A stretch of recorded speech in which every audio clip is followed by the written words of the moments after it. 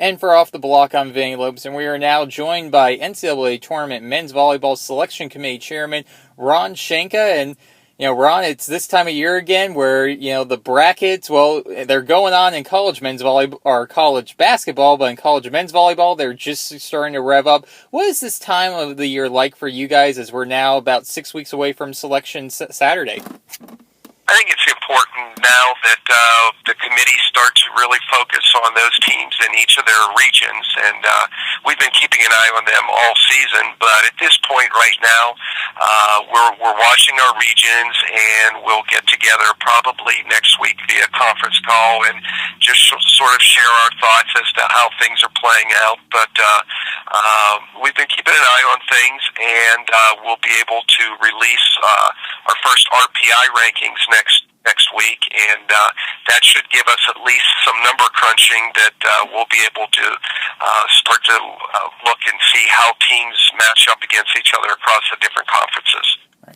And, the RPI, it's one of the new components added this year to your selection process. How are you guys using the RPI? Because we've seen with some sports, it's kind of the be-all, end-all, and other sports just use it as one of many factors that they use to determine the field. Is there a way you guys plan on using the RPI?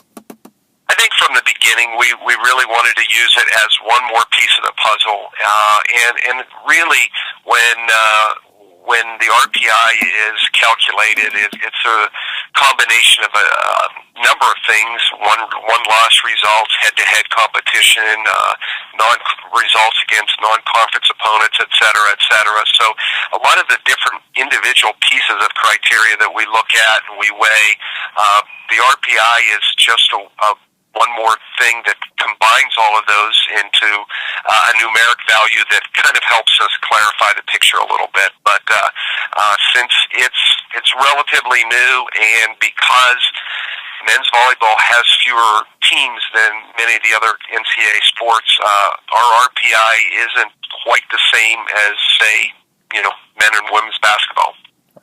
Right, and one other component on top of that is the strength of schedule. And I think for the common fan out there, when they think of strength of schedule, they're thinking how many nationally ranked teams that you play. But can you tell people a little bit about kind of the strength of schedule, that formula that's actually used, where it's not actually calculating, hey, who's nationally ranked and who's not?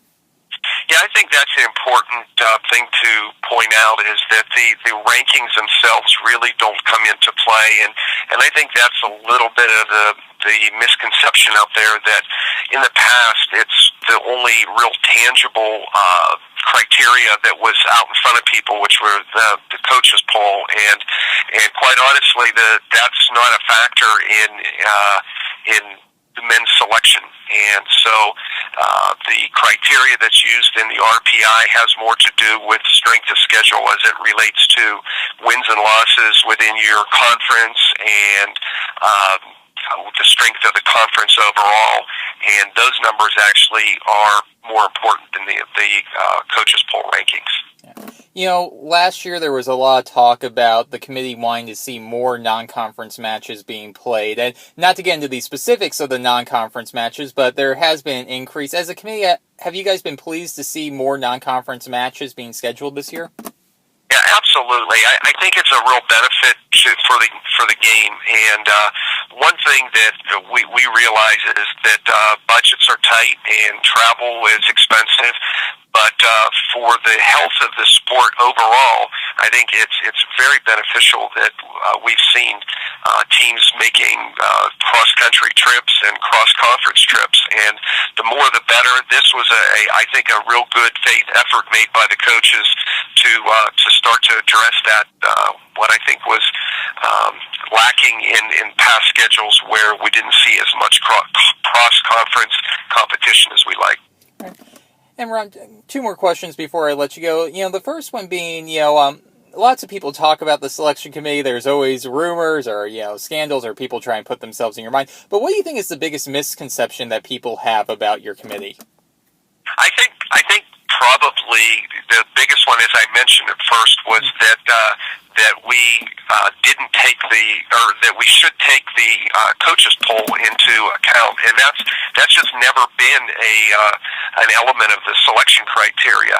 The other thing is that I think sometimes we get a little confused with other sports and how they select their teams. And in other sports, sometimes people look at the last 10 competitions. And again, I understand sort of the value of who's playing well late in the season, but that criteria isn't one of ours. So I don't know that there's any one specific thing that is a problem, but I just think that we in the NCAA need to do a better job of just educating people as to what our selection criteria is and how we use it. And final question for you, as we kind of wind down in these last couple of weeks, what are you most excited about with the final weeks of the regular season of the college men's volleyball? I'm really excited this year, and again, maybe that's a double-edged sword, because I think what we're seeing is more and more parity each year, and I think we're seeing some great competition among the different conferences and so on. And I'm expecting to see some surprises as we get into the conference tournaments, and possibly some teams that maybe hadn't won or advanced in conference tournaments. Maybe we're going to see some new teams advance this year, and I think that that's going to pique some interest.